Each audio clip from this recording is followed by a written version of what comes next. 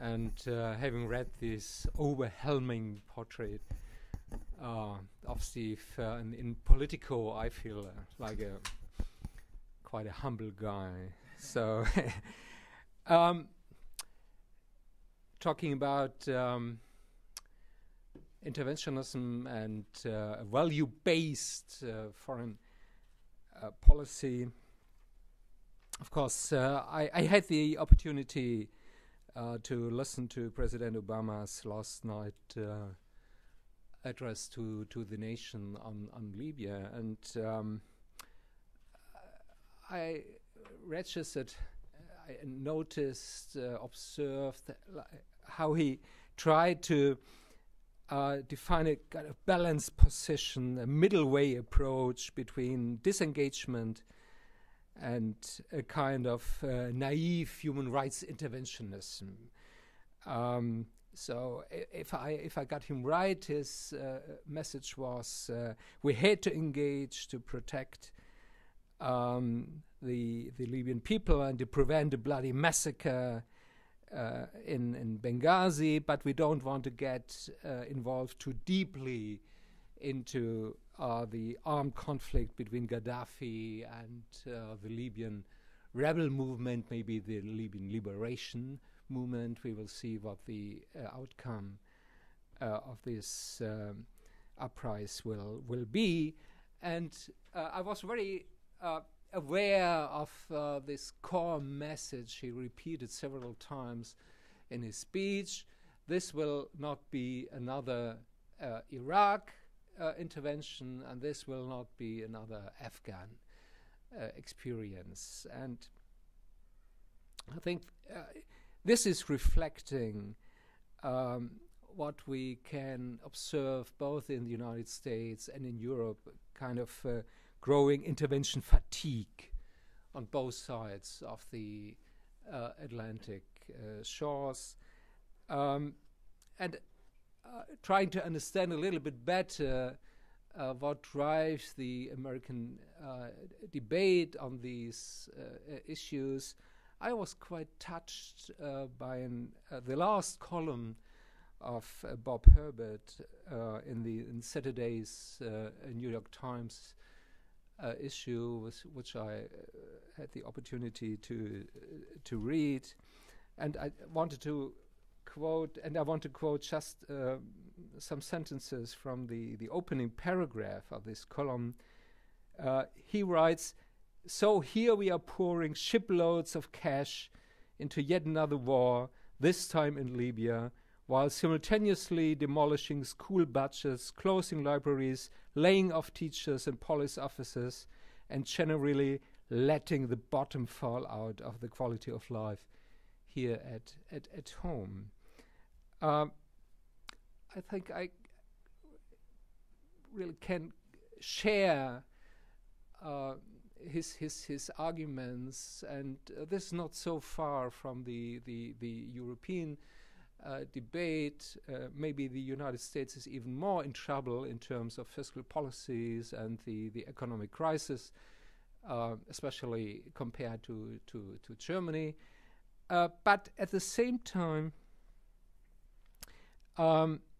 I found his argument terribly inward-looking and serving to a quite narrow-minded understanding of America's national interests. And I think very much of that debate is about how we define national interests. It's clear that beyond all idealistic motivations and arguments, engaging in a war needs a connection to the national interest. It has to serve the national interest of a country. But how do we define these interests?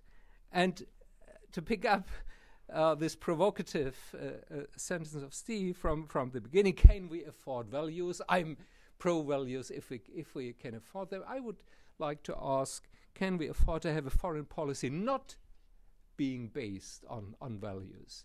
So what's about the integrity of international law?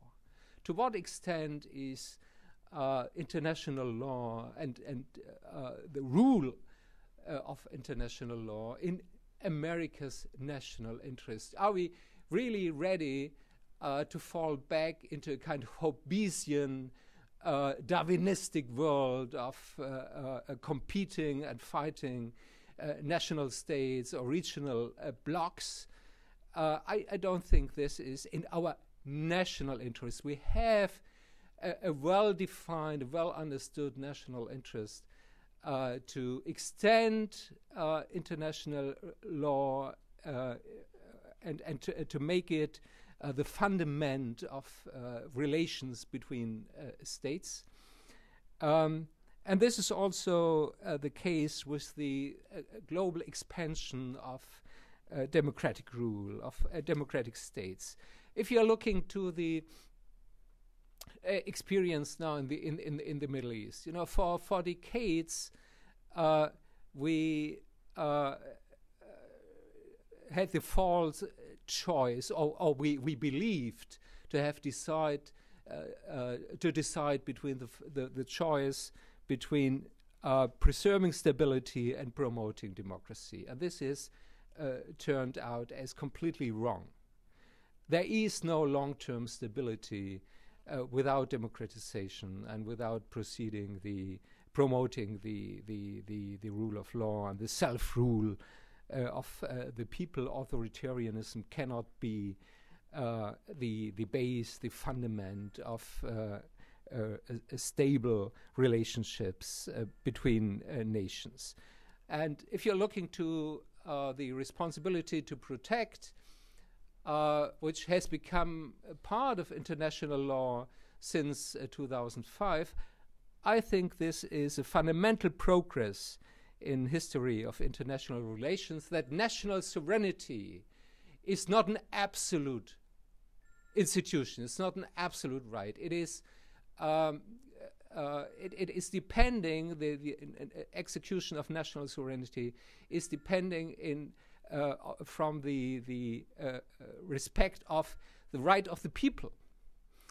And a government which violates the basic rights of its people cannot reclaim national sovereignty.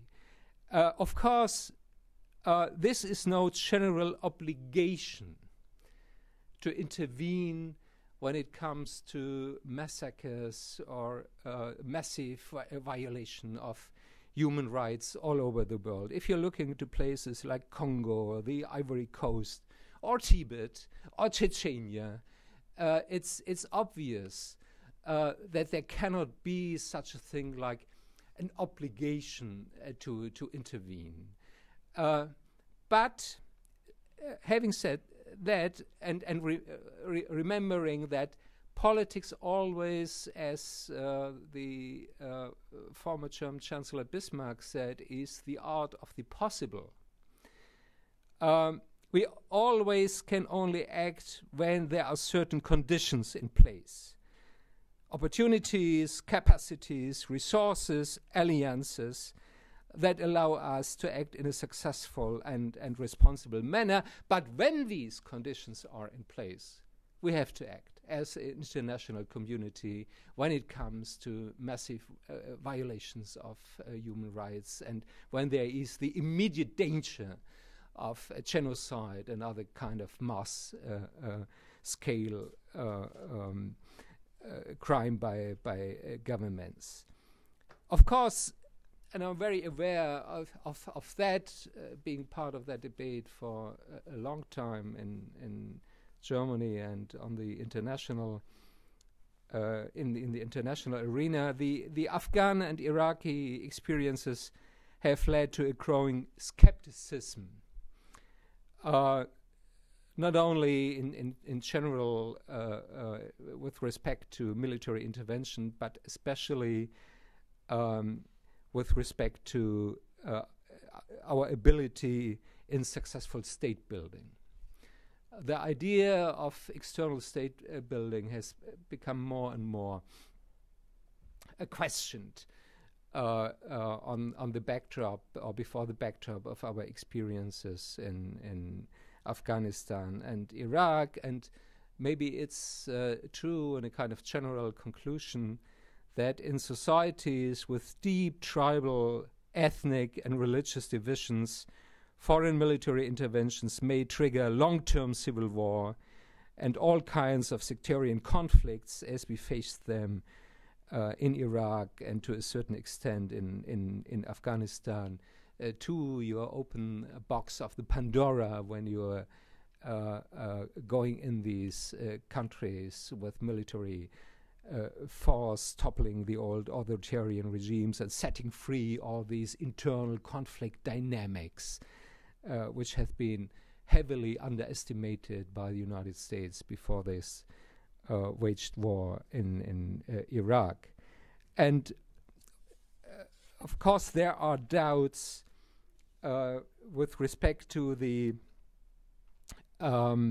ability of democracies with their dominance of domestic policies and their short-term election periods to maintain this kind of long-term combined military-civilian effort, which is necessary to achieve a level of good government and rule of law that allows us to pull back from countries like Afghanistan without betraying our allies and our values. And if it comes to Afghanistan, I think it's a very serious question, especially for us. You know, the Green Party in Germany, as you may know, we supported the intervention in Afghanistan as we did before in Bosnia, coming from a more anti-war background. Why did we that? Of course, not because of traditional imperialist interests reaching out to the resources of this country. No, we did it because of humanitarian reasons. We did it because of human rights and the goal to establish a decent political regime, good governance, and a basic level of civil rights in these countries. And when now a debate comes to the question, what is the bottom line we have to achieve and we have to guarantee before we pull out our troops, and we are giving up these goals, securing the basic rights of women, securing a certain level of political pluralism, securing the pluralism of lifestyles in Afghanistan. Of course, there is a huge conservative, maybe majority, especially in the rural areas of Afghanistan, but there are 100,000 and millions of people who want to live according to modern global standards. It's not just about American or European standards. These people risk their lives in engaging with the international coalition, and I think we are responsible for them, and we simply cannot afford to leave them alone. So it's clear if you decide to start such a risky endeavor, you have to have the stamina power to bring the mission to a decent end. And last point, Libya. I think, and the majority of the German Greens, at least of the Parliament group, have the feeling that this was the right decision of the United Nations Security Council and the international coalition, and it was very much just in time, only maybe 1 or 2 days before Gaddafi's troop would have conquered Benghazi, with the very real threat that this would have led to a bloody massacre in a city of 700,000 people. Of course, there is not such a thing like a risk-free intervention, military intervention. But standing aside, when a Gaddafi-style government is going to use air force, tanks, and artillery against a popular uprising, would be an even more dangerous decision. This is a very important point. You're not only going risks when you are intervening militarily, you're also taking risks when you don't. And in that case, obviously, this would have been a heavy blow to the remaining political credibility of the United States and Europe in the Middle East. The remaining credibility, it's not so big. It would have been a massive setback for the democratic movement all over the Arab world. And it would have created waves of refugees, which especially is, of course, a case for Europe. And because all of that, I'm more of unlucky with the position the German government took in the United Nations Security Council when it came to the decision on the Libya resolution. As you may know, Germany abstained. And I would say this decision was more than 90% driven by domestic political deliberations, and I'm more than happy that in the last state elections Sunday this kind of calculation didn't play very well.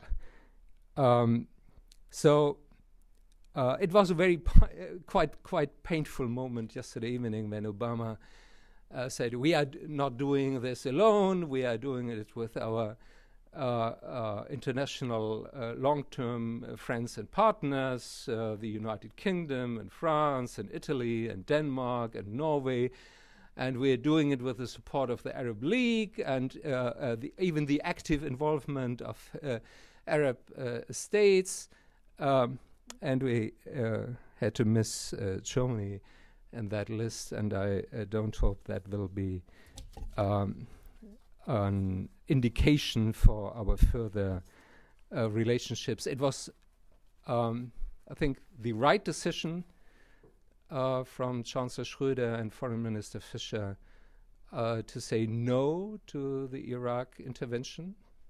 We are not convinced, but it was, in my view, the absolute wrong decision to abstain this time in Libya. So there is no one-fits-for-all answer to these very complicated issues and decisions, but you have to make your mind in every concrete case, but you can't avoid decisions. Either you decide to engage or you decide to stay away, and this will both have possible dangerous implications. Thank you very much. Thank you, Ralph. Darcy.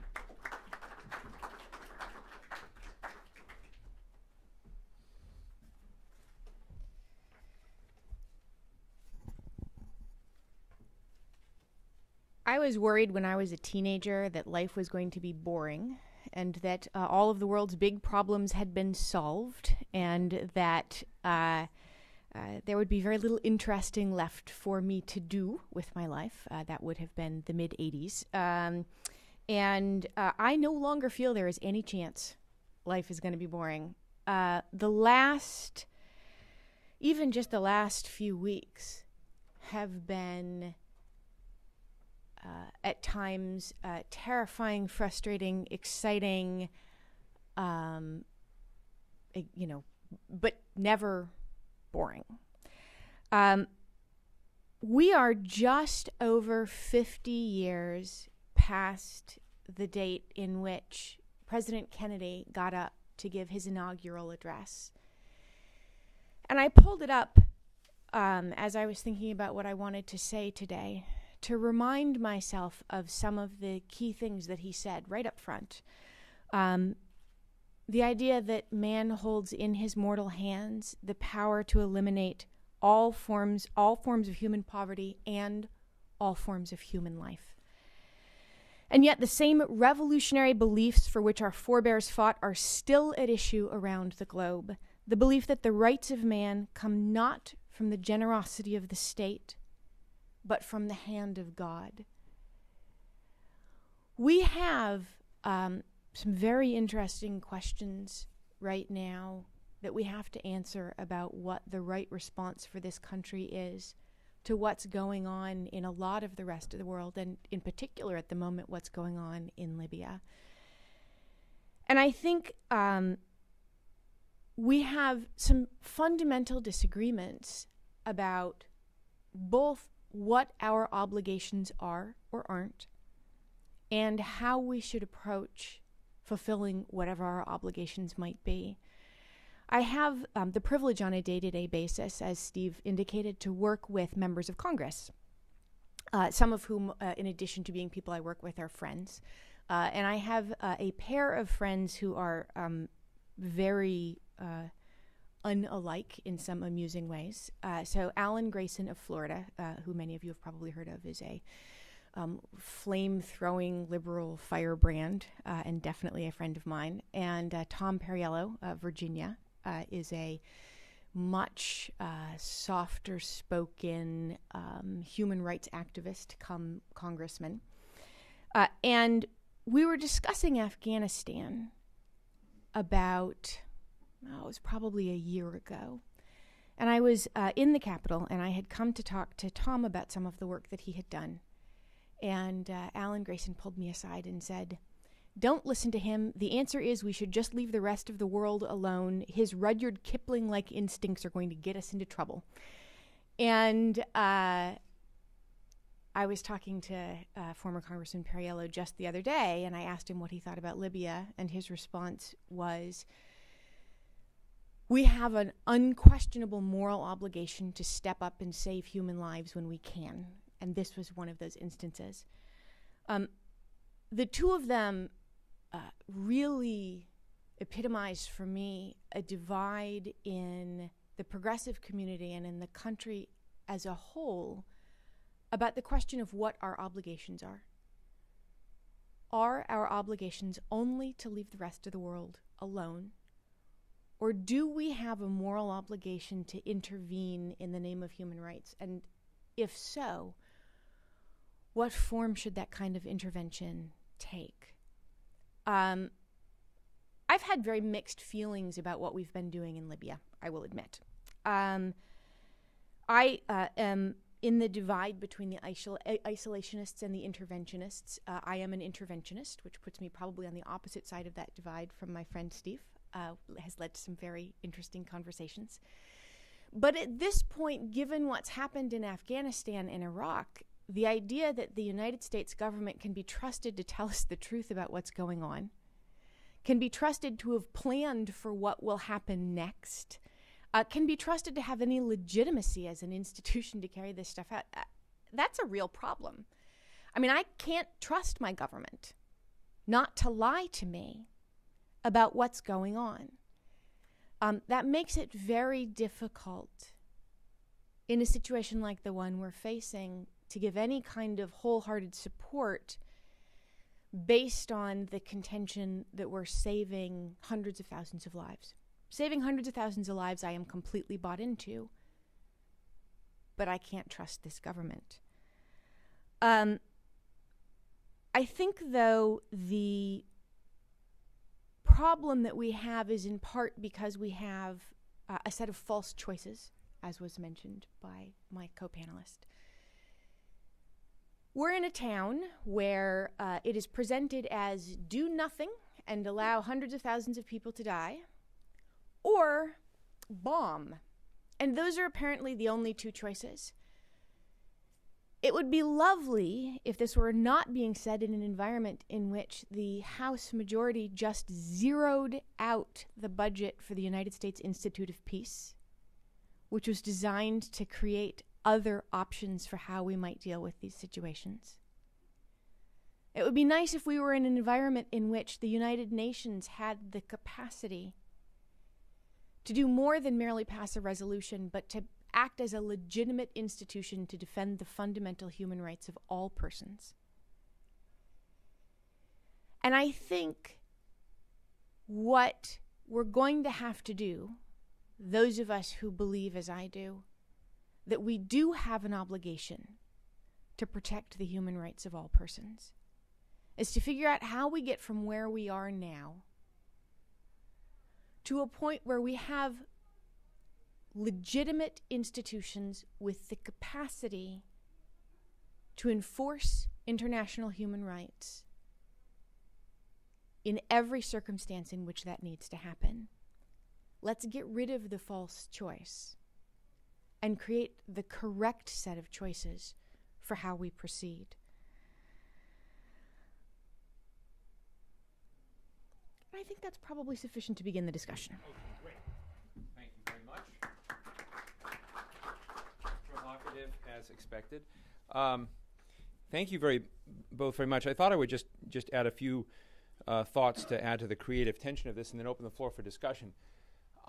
When this affair was getting ginned up, and Anne-Marie Slaughter, a good friend, former board member of the New America Foundation, wrote her powerful piece in the New York Times, I sort of took it on. I found some contradictions in Anne-Marie's position, though I understood it. And some of my concerns were close to what Darcy said. Not that I don't trust government so much, but that I see a tendency, rather than using the military as a last resort, to use the military as a first resort, to try to achieve global goods and important objectives, but jumping now to the Department of Defense for almost all causes in all places.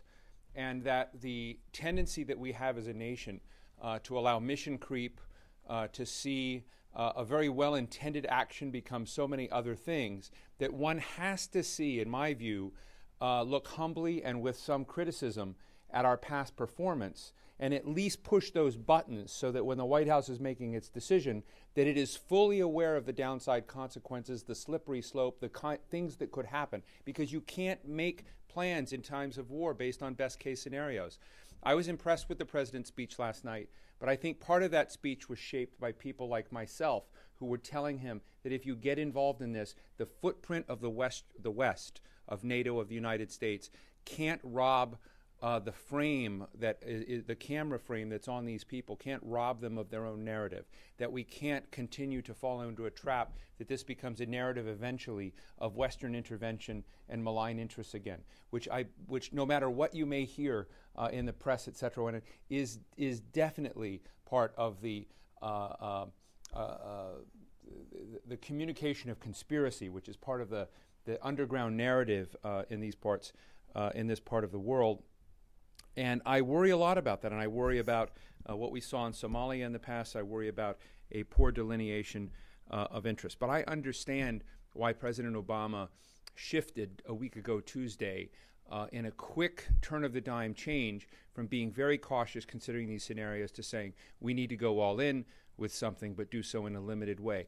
That means that I'd want to consider this as an anomaly. And I think it's important because I think part of the discussion underlying here is how much of a practice can one make out of what's going on in Libya.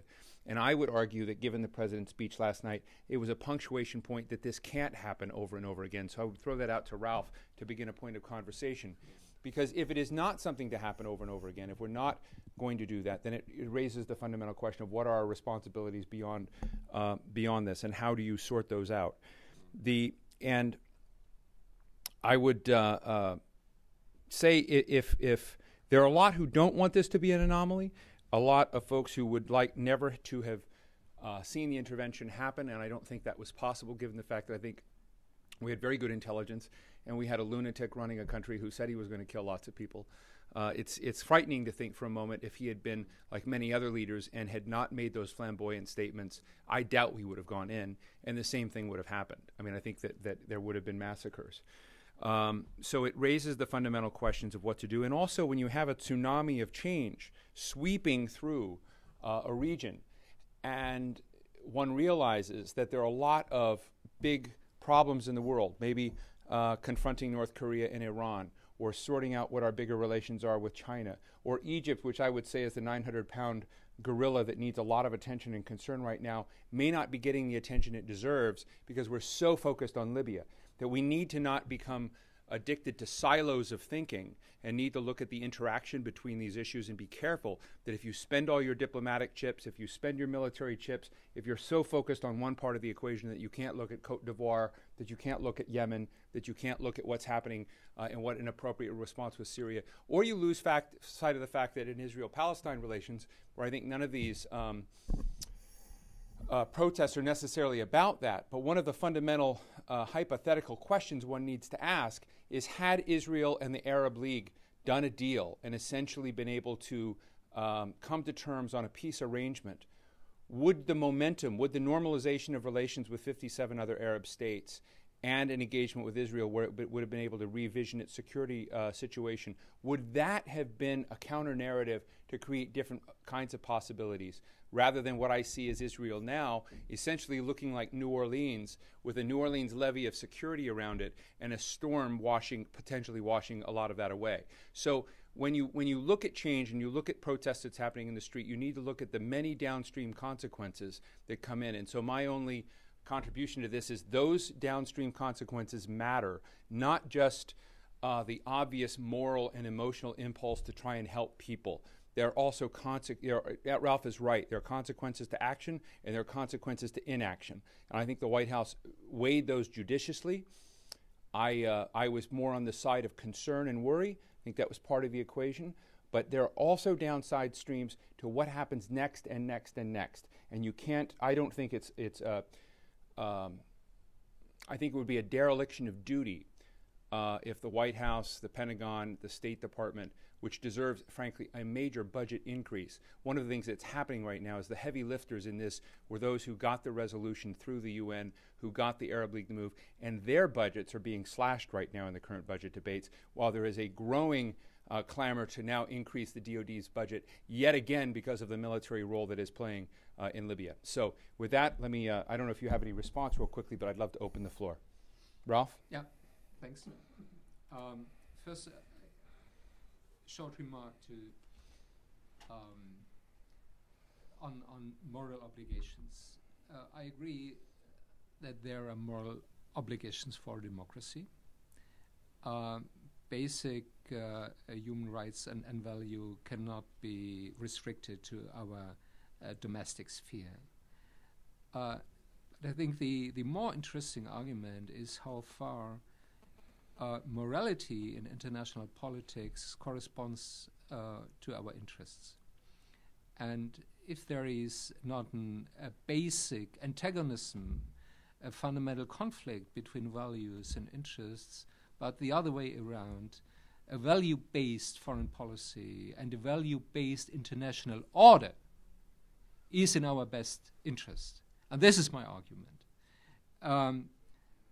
Then if it comes to Libya, I agree absolutely that we should not maneuver ourselves in the situation where there is no other alternative than going to war or standing aside.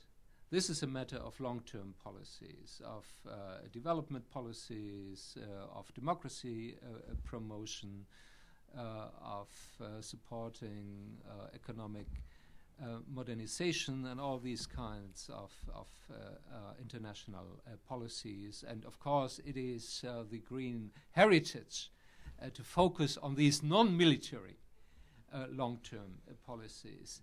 But let's not cheat ourselves. There are situations like now in Libya when this is the very hard decision you have to take. When Gaddafi's troops are already entering the outskirts of Benghazi, it was a matter of 24 or 48 hours to stop them. And there was no other mean available. There was no other instrument available than bombing the troops. And then creating a kind of playing field within Libya which gives the rebels a fair chance to fight the fight on their own capacities and their own resources and their own strength. Of course, the international community cannot step in and say, we define the future of Libya. This has to be the case of the Libyan people, but we have to ensure that they have a fair chance to do that in eliminating Gaddafi's air force and his heavy artillery and his tanks. So I think in that case, the decision was absolutely appropriate. And it's true, I've been talking yesterday to some responsible people in the State Department. What are your deliberations and your plans for the next 2-3 weeks or for the next period in Libya? And it's true, there is no master plan. But unfortunately, politics is not an engineering business. So there are situations when you have to decide to engage without knowing what will be the outcome.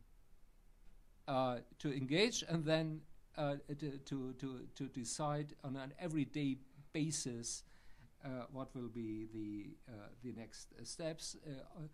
Otherwise, you would dispense yourself from doing politics. And last point, Israel and Palestine. Of course, I agree very much that Israel is endangering itself with this kind of fortress politics and relying only on the strength of its arms instead of looking to a sustainable historical compromise with the Palestinians. But the Arab Revolution is not about Israel and is not about the Israeli-Palestinian conflicts. It's about the domestic situation in the Arab world. And I would say it's great that this is the case and that people now are confronting the governments with their domestic needs and their domestic interests and calling for a decent life and a promising future for the young generations instead of imprisoning themselves in this Israeli-Palestinian trap. Great. Thank you, Ralph. Darcy? Two quick observations. The first is the context in which this is all happening is important. We're seeing upheaval in a whole bunch of places right now as, in particular, young people are rising up and taking down governments. As a former technologist, a recovering technologist, I would say only that it would be a wonderful thing if we could figure out how to get cell phones into the hand of every person on the planet that the government couldn't turn off. That could probably do an enormous amount without needing to drop any bombs, without needing to kill anybody, to change the fundamental fabric of the world. The other thing is about the context in which this is all happening is that, particularly following on what happened in Egypt, I think there was legitimately an important need to not send the message to other dictators in the world that if you negotiate with protesters, you lose, but if you kill them, you win. And that was a real risk of not intervening in Libya, particularly in light of what happened in Egypt. Great, thank you. Let me open the floor. Let me go very back. Who's doing the mic? Jordan? Great. Hi, I'm Jake DiLiberto. Hey, Jake. Hey, good to see you guys. One of the things I'm concerned about, Stephen Walt posted, he's editor of Foreign Policy, posted that he tracked every single Western intervention going back to 1816, and that only 3% accomplished the goals under less than 10 years. So basically 97% of interventions led by the West have an extended period longer than 10 years. So if you're choosing to intervene, you're committing yourself virtually to a longer than 10-year process. So to me, I'm thinking practically, does that make sense for those interventionists? Have you thought about up there? The other thing I want to say is also that he tracked and said that when you intervene, Western-led forces, civil war triples in likelihood. Violence on an ethnic level in civil war is by far more catastrophic than when a dictator goes after a city. To me, we are backing rebels now that are entering into a civil war period that I think is going to be worse for Libya than if we had to let Gaddafi go. I don't know that any of that makes any sense. So just any comments? Comments? So certainly it's easy to avoid civil war by allowing genocide. That the most straightforward way to make sure you don't have two fighting factions is to allow one of them to completely wipe the other out. Doesn't seem to me like that's a particularly good option. And so I find the argument a little bit facetious. As far as the level and length of commitment, it's clearly an issue, and one about which I'm very concerned as somebody who's been working to try to get us to end the war in Afghanistan, as somebody who's worked to try to get us to end the war in Iraq. And as somebody who has relatives who serve in the United States military, it's my brothers and cousins who go to fight these wars. But in the particular case of Libya, we're in a very unusual situation in that we have the international community fairly united. This is the first time that the United Nations has invoked the responsibility to protect in an emergency, the very first time. And we have real commitment from other countries to fully engage. And frankly, the only way to stop Gaddafi in the crisis situation in which we found ourselves was quite probably for us to drop the bombs that only we had access to. Do I like that as a solution? No. Do I wish we had other solutions? Yes. Do I think that the correct answer was to allow what quite possibly could have turned into a genocide? No. Ralph?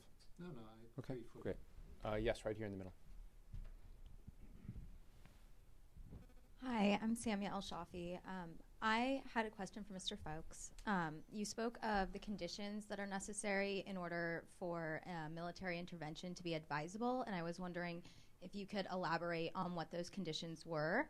And then also, both of you spoke about the human rights concerns that led us to decide to intervene in Libya and also in Afghanistan in the case of Mr. Fowkes. And I was wondering if you think that those concerns were the primary considerations behind these decisions. And I guess I feel a bit concerned about the use of human rights rhetoric in order to justify military operations in the future.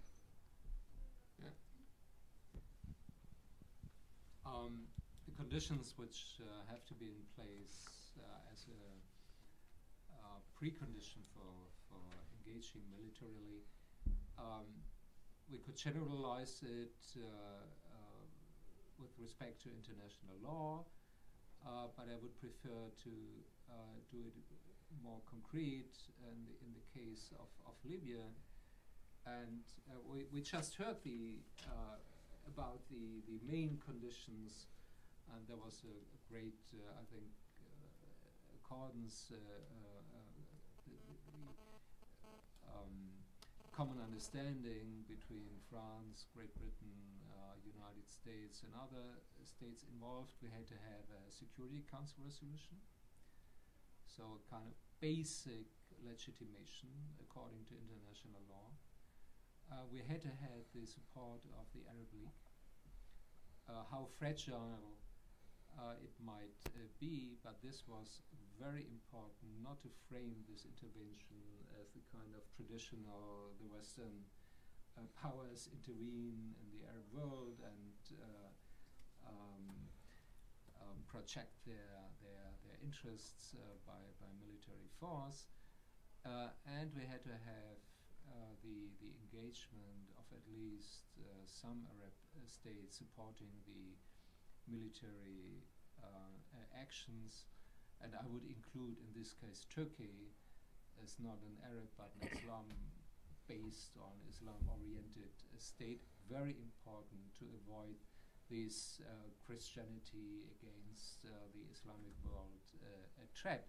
So this is a mix, and of course there had to be military capabilities in place.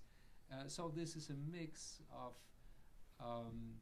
legal, political, and military factors, and you have to decide from case to case how this package, how this mix has to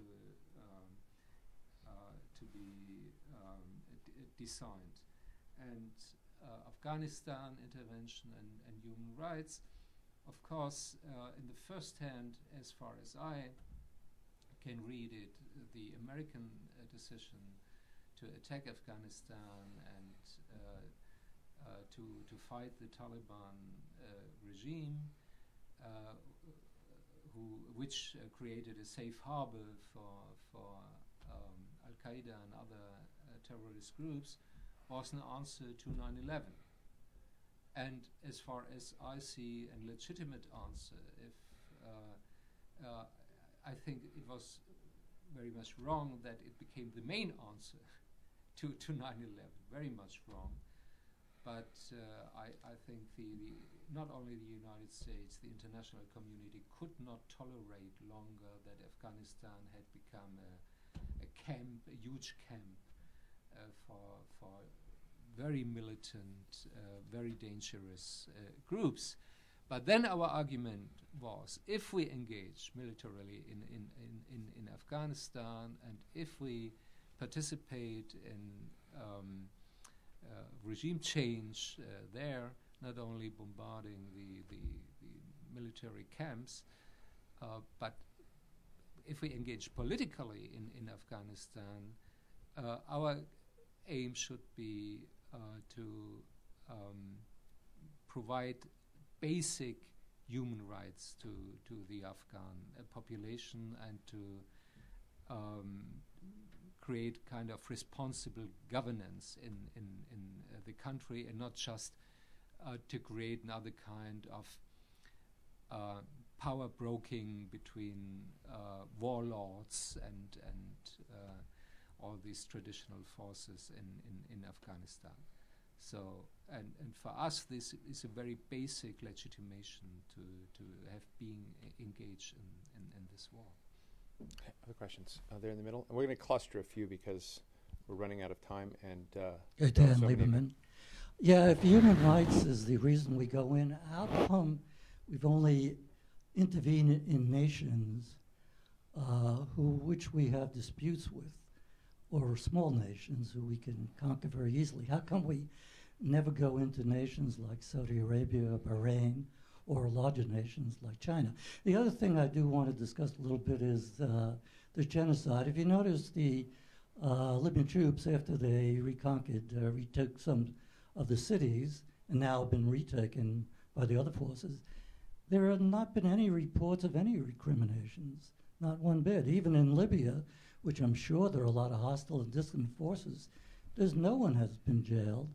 And if you look at the forces themselves, they're very small. I mean, when you look at it, it seems to be a few hundred or maybe 1,000. So the people from Benghazi are not running to join the rebel army. I'm wondering if the rebels do win, and I'm not taking sides, if the reprisals won't be much greater. That's where you really see a bloodbath, because the Gaddafi people are entrenched in all of the civil workings of the government, and they will have to be done away with. So I would say, when you're talking genocide, you know, it works both ways. Thank you. Right here, this gentleman. We'll do both of you. Okay. you've been talking intervention or no, but I think really one issue is the scale of the intervention. The U.S. got approval from the Security Council by very strictly limiting what was authorized by the resolution.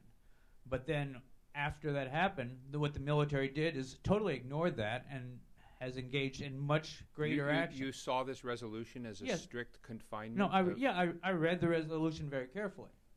So the resolution establishes an arms embargo. It says military action can be taken for protecting civilians or civilian areas under attack. It's only from attack. And then it orders Libya not to fly. Okay, well, I want to move around. I would just contest that. By all necessary means is essentially the key word that allows. All necessary means you're allowed to use military force. Yes. It for means these purposes. It says for specific purposes. It's a giant gaping hole through which you can drive anything you want to do. I mean, that's the. I mean, I didn't like the resolution in part because of that, but I would not call that a carefully constrained resolution. Well, both China and Russia have complained about it because it was constrained enough that they took it, and then Libyan military is being attacked that is not attacking civilian areas or attacking civilians. This was not authorized. Airfields are being attacked when there have been no flights by Libya since the thing was passed. Libya said, okay, we won't fly. The U.S. generals are saying, yes, there have been no flights. Yet the Air Force, they say, well, we've destroyed the Air Force. This was not authorized. Gaddafi's compound in the center of Tripoli was attacked. There was no authorization. We get your point. I'd like to move around the room, but thank you. Carolyn? I'm Dr. Caroline Poplin. This might come as a good summary to all of these questions. Could you see our intervention as setting up a different frame in the Middle East for the U.S. than the one that you posited when I had come in? And that is that the U.S. has been accused correctly by many Arabs of its principal position as supporting dictators, Saudi Arabia, Mubarak, supporting authoritarian rule, not going the distance when they encourage democracy. I mean, Condoleezza Rice went to Egypt and didn't support, the second time she didn't support the fellow who was in jail. And this is an opportunity, and of course we support Israel, for which we're condemned in the Arab world. Libya was a target of opportunity. It's small, it's easy to do our military intervention, and it puts us, and we don't have ties that make it hard, like the ones we do to Bahrain and the one we have to Egypt. I mean, Mubarak was an ally. We couldn't just set up a no-fly zone over Egypt. So this is a chance to show us on the good side, in a place where we won't come to so much damage. I mean, we couldn't do it in Zimbabwe. We didn't do it in Rwanda. We can't interfere in Darfur. But here it was doable. It would be nice if they knew who they were doing it on behalf of. Okay, great. Thank you. And then we'll go to this gentleman right here, and then we'll come back. And then I'll come back to you. Hi, Jonathan Lewis. If you look at some of the polling for support for our intervention in Libya, it's quite low compared to our going into initially a week after going into Afghanistan or a week going into Iraq. And one of the criticisms leveled against intervention that I've heard of is that the cost, at a time that we're talking about entitlement reform, about raising the debt ceiling, about a possible shutdown. I understand and I appreciate the moral concerns of stopping genocide, but I was wondering of the two panelists, what degree do you think cost should be taken into consideration, should it ever be taken into consideration for future interventions, and how would you be able to justify intervention to a public, especially the American public, who's concerned about these issues, entitlement reform, whatnot? Great, thank you. Ralph? Oh, no. Or Darcy? I talk too much. How much is a human life worth? How much is a human life worth to me? You know, would I pay another $250 in taxes this year to save somebody's life? Absolutely.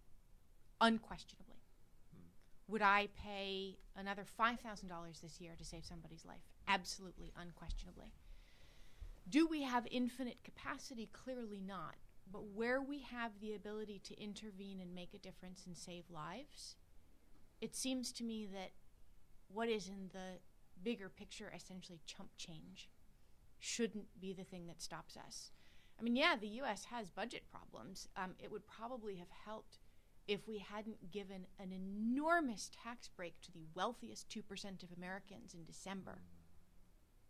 But the problem is a revenue problem, not a spending problem.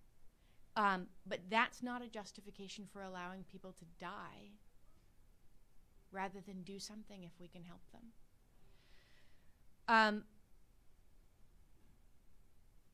I mean, I think there was a question about why is this only happening with respect to countries with which we have some existing beef. And I think that, you know, the answer to that and the answer to the question of whether we're using human rights rhetoric to justify aggression, those are legitimate questions to be asking. I admitted when I was up at the podium that I'm concerned about the legitimacy of the United States government and what they say to us. Their reasons are for doing things, and what they say to us, the facts on the ground are, given that the recent history has indicated that they can't necessarily entirely be trusted to be honest with the American people about those things. But the fact that they sometimes use the rhetoric of human rights to justify aggression doesn't mean that we should abandon the pursuit of human rights. It means we should look skeptically at what is said to us. We should look thoughtfully at what the options are. But we still need to pursue doing the right thing. Yeah, great. Just some short additional remarks. Intervening and going to war with foreign governments, foreign states, is not about authoritarian rule. This is important. According to international law, this is not sufficient legitimation to go to war with another country, with another state. It's about, if you are talking about responsibility to protect, it's about prevention of genocide or human rights violations in a really heavy scale. So it's not the question why are we going to war with Gaddafi and not with other authoritarian regimes. It's the matter what is happening on the place now in Libya and what was happening the weeks ago. But of course you are right. There is an inherent tension, not only between moral and legal obligations and capacities. This is always the case. You always have limited capacities. So you can't intervene everywhere, and you can't deliver, you can't find solutions for every conflict all around the world. Even the United States has limited capacities. But it's also an inherent tension between different political interests. That's the case. You have this tension between realpolitik, real policy, and this kind of an idealistic or humanitarian approach, and it would be naive that we could completely dissolve that kind of conflict. Otherwise, we would have to take very cynical conclusions that because our capacities are limited and we have different interests, we get rid of humanitarian obligations and forget about human rights completely. And according to the intervention in Libya, how far is it covered by the United Nations Security Council resolution? I don't want to get between the lines. I'll leave it to the international lawyers. But it's clear, politically spoken, that this intervention was a decision to support the rebels. Not only to protect civilians, it was the decision to support the rebels, at least to allow them to regain the military initiative against Gaddafi. And from my view, it was right. There is no neutrality. There is no kind of indifference in that conflict. We have to take decisions, and we have to take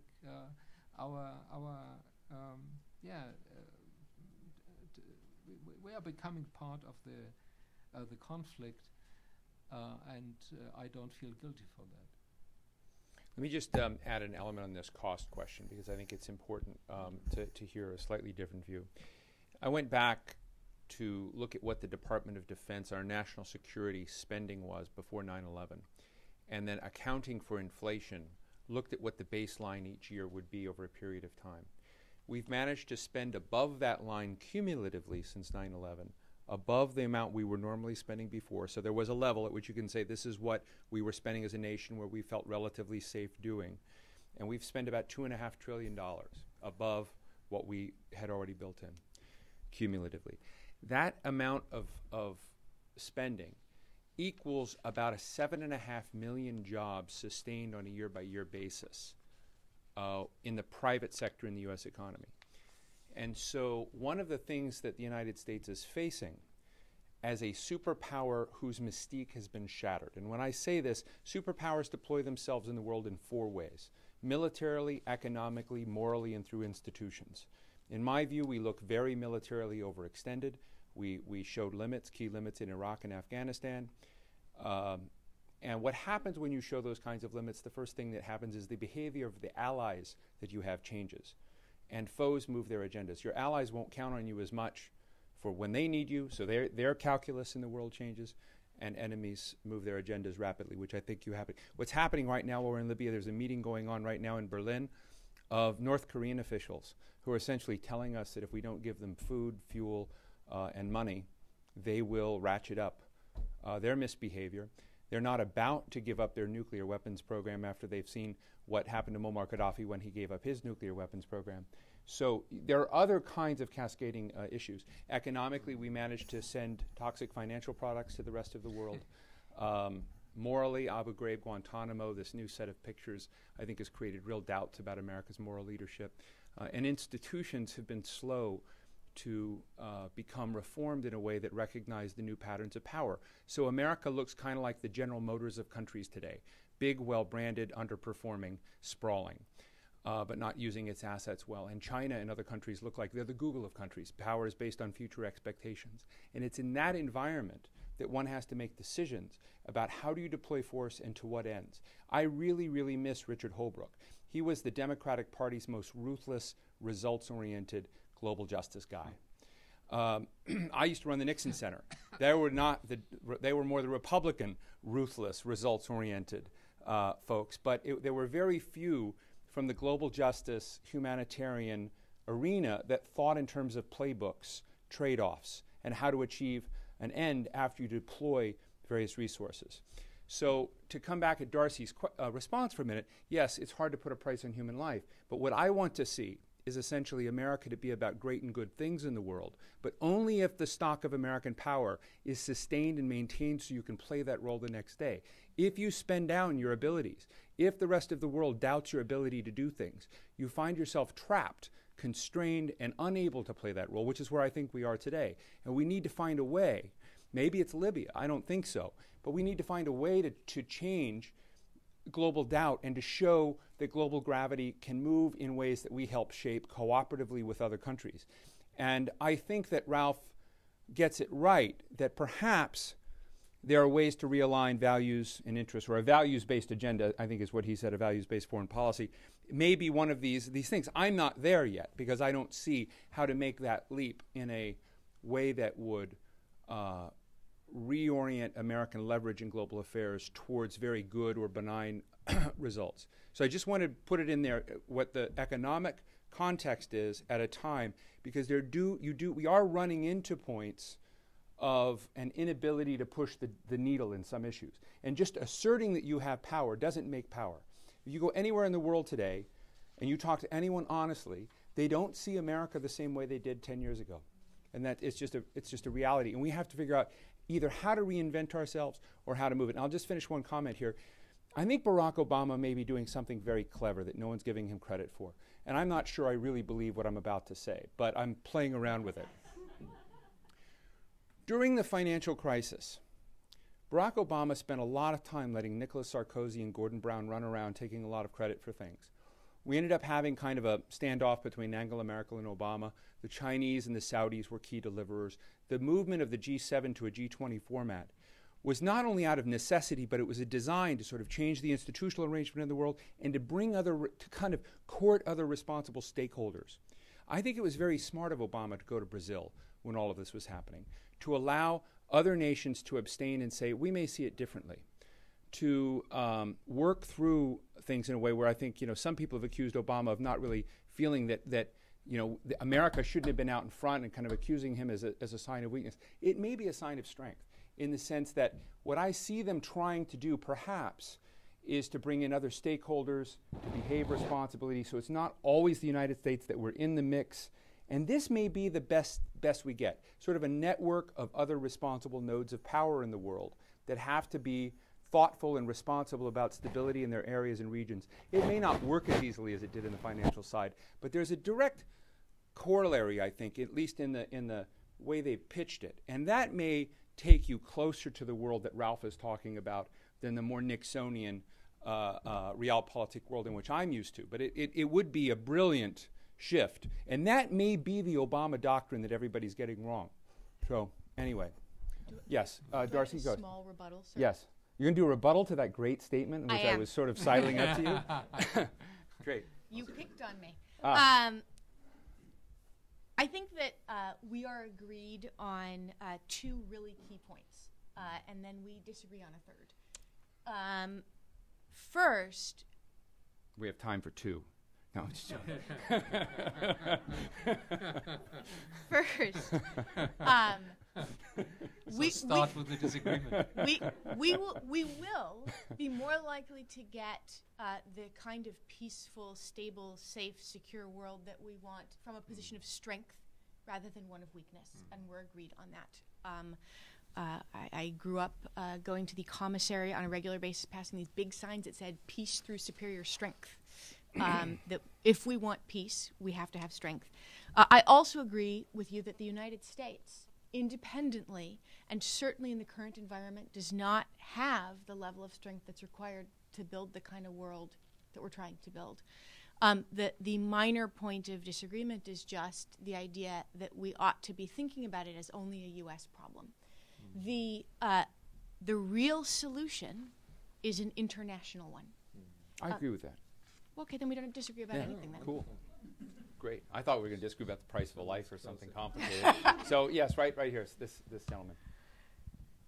My name is Samar Chatterjee from Safe Foundation. You mentioned that you are Nixonian, so I'll probably relate something that Nixon did when there was a conflict between India and Pakistan, the Bangladesh war. Right. And I have to support Jake's statement that whenever the United States gets involved, it becomes not 3 times. My estimate is it's 100 to 1,000 times more violent.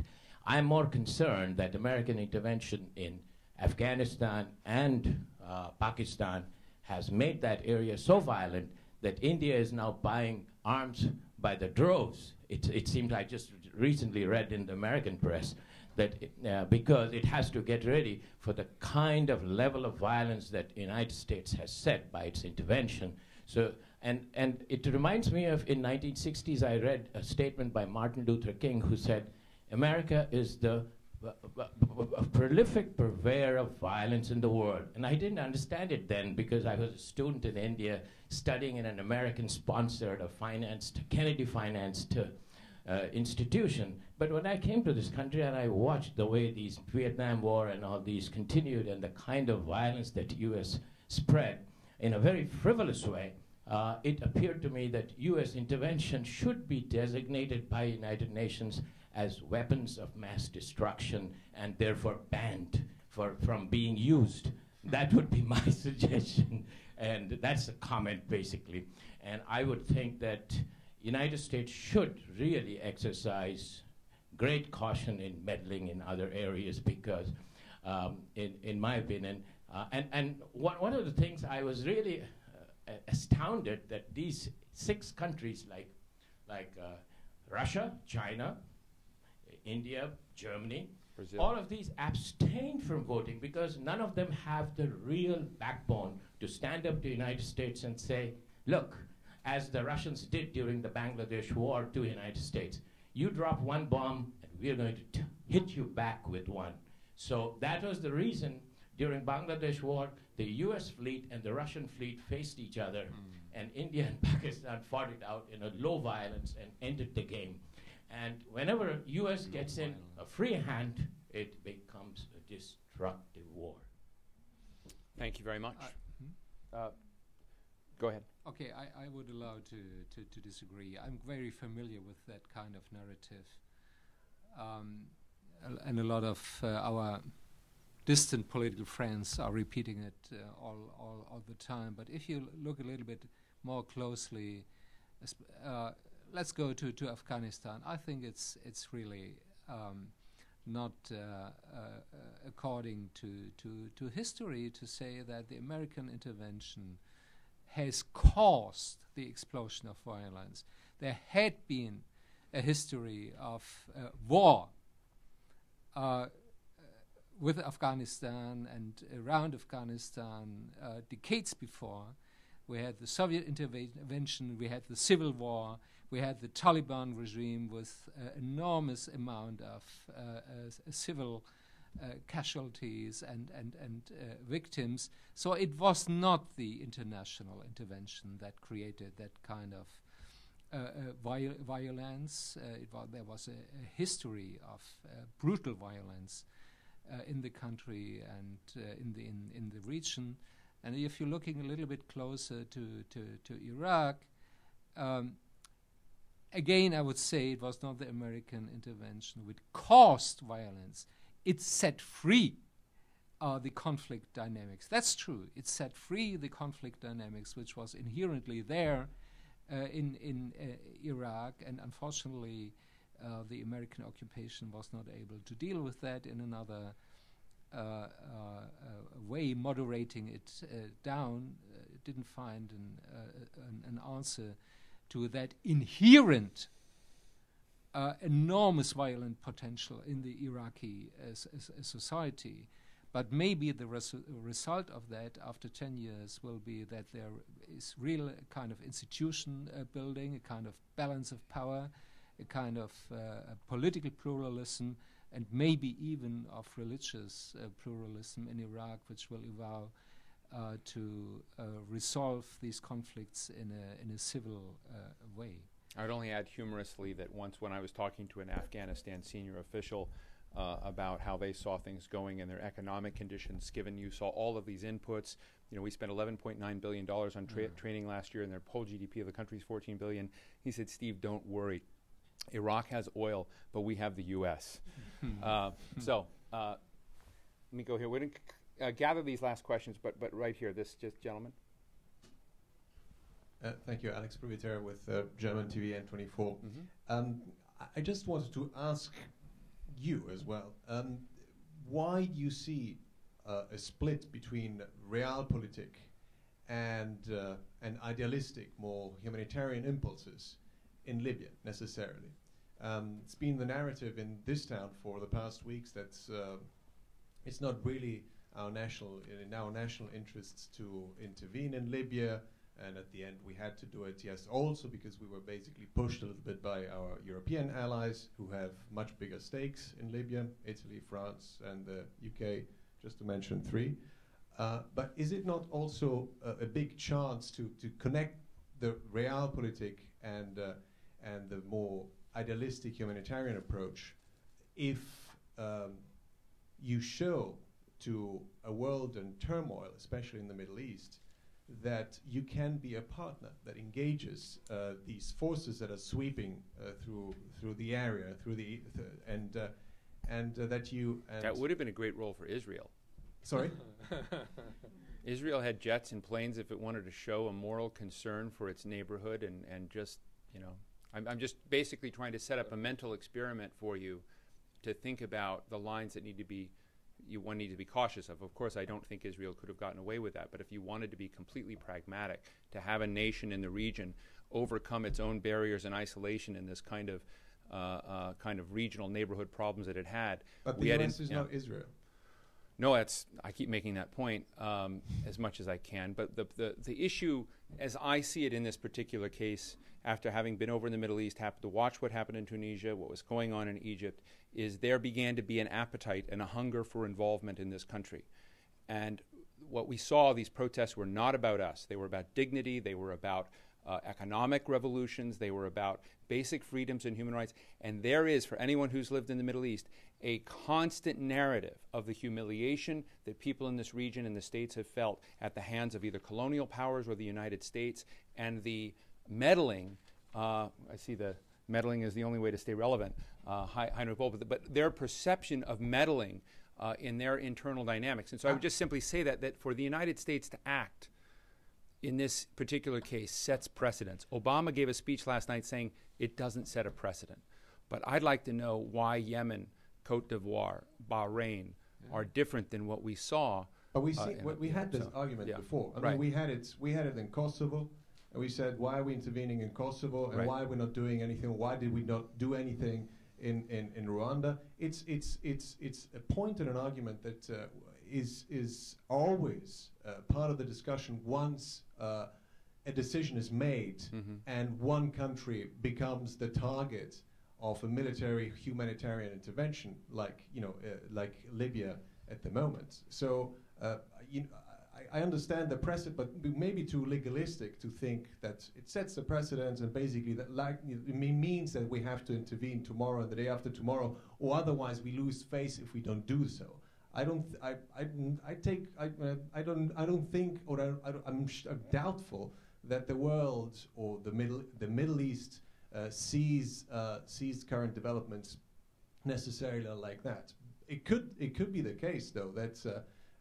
Having not meddled or done anything more than a very calibrated approach in Egypt, showing muscle and showing intervention like a fire brigade in Libya, since they're all connected now through Al Jazeera, Al Arabiya. We can't take these countries as only little single entities anymore because there's this connection that puts them all, puts them in touch with each other, that the U.S.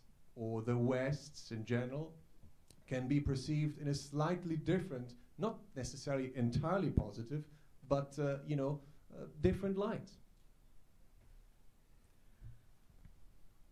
I've always found the argument that we can't save everyone, therefore we should save no one, a rather strange argument, and I do hear it, and I hear it in this case. Why are we intervening in Libya and not all of these other places?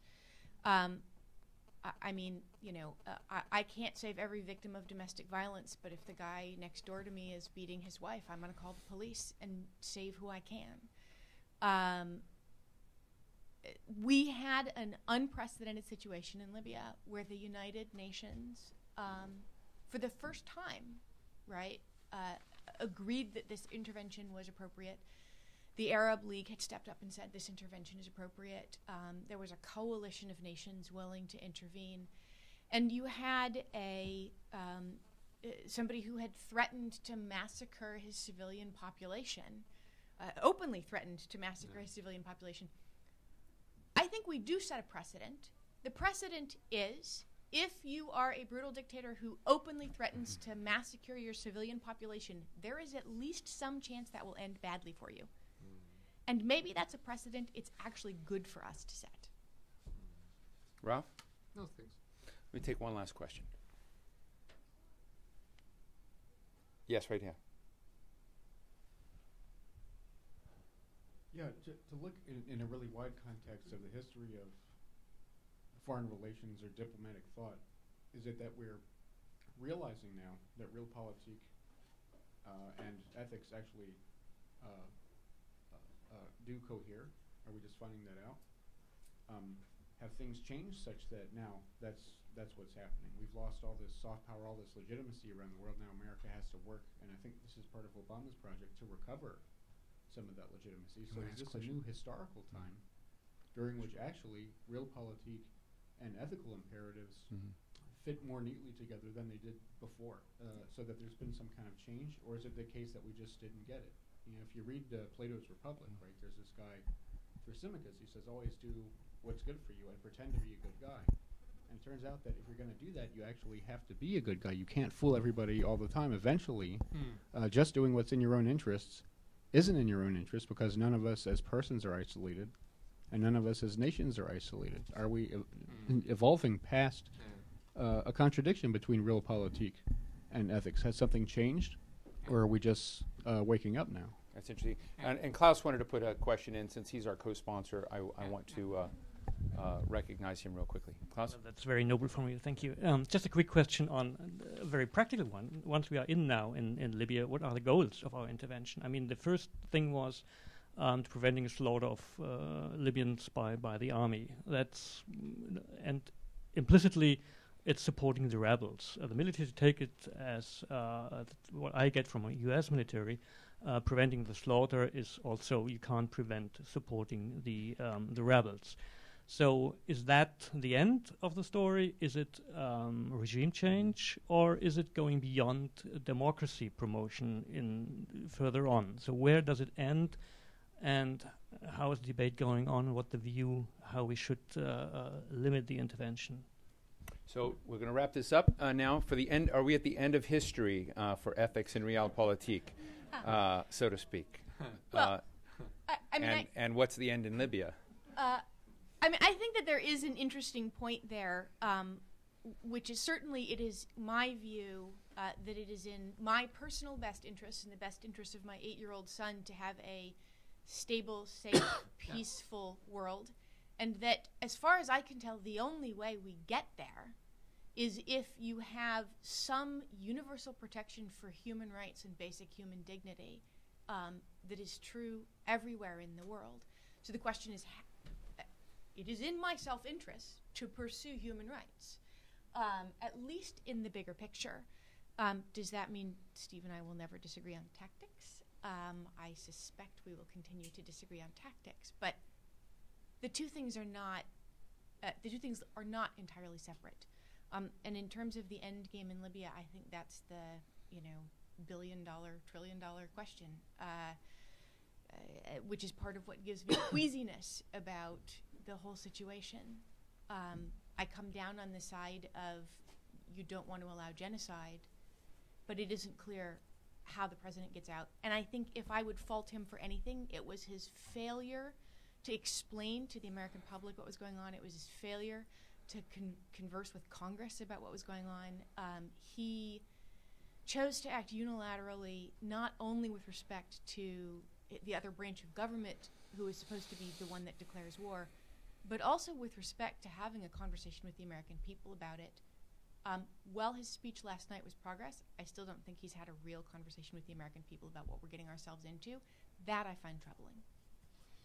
Yeah, just want to refer briefly to the first question. I still thinking about it. What has really changed, and is there a kind of historic development, a tendency to bridge the gap between a very traditional national interest-oriented realpolitik and a more internationally value-based foreign policy? And I think yes. And one of the causes for that development is that foreign policy and security policy even more is no longer the domain only of governments and professional elites. It has become more and more a matter of a kind of international political public, and the so-called soft values are becoming more and more important for foreign policy credibility, the political image of states, the ability to build alliances, these kind of I would say civil diplomacy issues have grown and have a growing relevance for foreign and security policy, and so the issue of human rights and international law has become more important than it has been in previous periods of our history, and in a more and more interconnected world, which is not only economically becoming a global entity, but more and more also politically interconnected with real-time media all around the world. Rule of law and the kind of consistency in your foreign policy based on democratic values and respect to international institutions is becoming a more and more important asset. Yes. Let me just say in conclusion, as we wrap this up, this has been a great discussion, and I'm glad that we're not all on the same page because it would be significantly more boring. That the question of how to get this right, of ethics and realpolitik, it's such an intriguing question. I think that one of the things that haunts me right now about where the world is, I worked very closely for years with Chalmers Johnson, and Chal's belief was that in the Cold War, the United States and the Soviet Union organized their satellites and superstructures and institutions in competition with one another, that while one, you could argue that there were moral differences, that there were incredible structural similarities between what we did and they did. Theirs collapsed and ours hadn't yet at the time Chal was writing and speaking about these issues. And I wonder a lot whether this buildup of various American weaknesses and limits has changed and shifted the environment out there so that protesters see that they've got a more likely chance to win in the way they're placing bets on power. And fundamentally what we're seeing happen in a huge area is as much not just the aspirations of people, which I greatly admire, it's also a function of the perception of American withdrawal. We're having a fight over what essentially is a boutique country far off, as almost a proxy test of our will and capability. And I think that in the president's speech, which was so interesting last night, he was trying to say this matters, but don't let it go too far. Because I think there's a recognition that there is a kind of collapse and weakness out there, which everyone feels and reads. And I think that is why this kind of discussion is so important, because I don't think the United States should acquiesce to the kind of nation where it's only about boutique situations that don't really matter. It's got to find a way to work with the rest of responsible stakeholders in the international community to reinvent leverage. So I've really appreciated this conversation, as I always do with Ralph Fuchs. He's a great friend and just a phenomenal thinker. Thanks for spending some time with us. You are, I mean, you just we should create a Ralph Fuchs page in honor. So, yes. And Darcy Berner, who brings not just smart thinking, but a real connectivity to the political dimensions of this. So please help me thanking Darcy Berner and Ralph Fuchs. Thanks to Klaus Hinsmeister and the Boll Foundation for joining us. Thank you.